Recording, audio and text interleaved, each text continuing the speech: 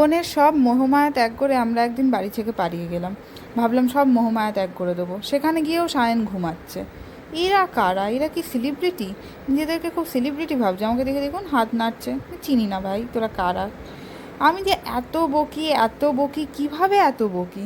এরা কি করে আমাকে সহ্য করছে? দেখুন দেবিনার মুখ দেখেই বোঝা যাচ্ছে অসহ্যকর লাগছে ওর।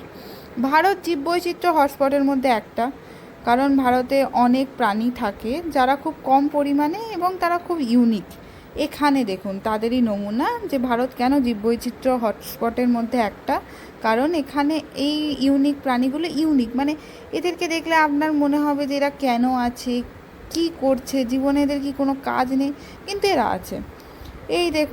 এই দেখুন একজন তো ঘুমন্ত প্রাণী হবে হয়তো। আমরা সবসময় খাচ্ছি, খেয়েই যাচ্ছি।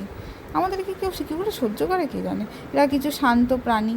দেখে নিন, দেখুন আগ্নেয়গিরি থেকে ম্যাগমা বেরোয় না, সেরকমই আমাদের প্রাণী রাজন্যার থেকে ব্যাগ থেকে খাবার বেরোচ্ছে খাচ্ছি, খেয়েই যাচ্ছি। এদিকে শ্রেষ্ঠার জন্য ভাবছি আমরা একটা ফান্ড রেজিং ক্যাম্প করব। বেচারার চোখেরটা দৃষ্টিশক্তি হারিয়ে গেছে, ছানি ফানি পড়ে গেছে, সাথে সাথে না মাথাতেও সমস্যা দেখা দিয়েছে। কি জানি কি হয়েছে, দেখুন কিছু অদ্ভুত কিছু করে বেড়াচ্ছে। এরা মনে হয় টিসির থেকে পালাচ্ছে।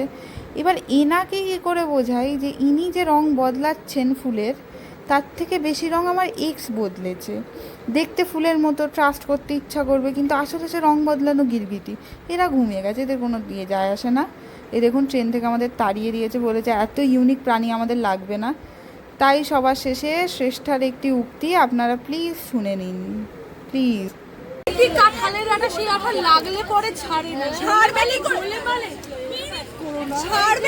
শ্রেষ্ঠা যার সাথে আটকায়, শ্রেষ্ঠাকে সেই তো ছাড়তে চায়। শ্রেষ্ঠা কি করে তাকে তো ধরে থাকবে।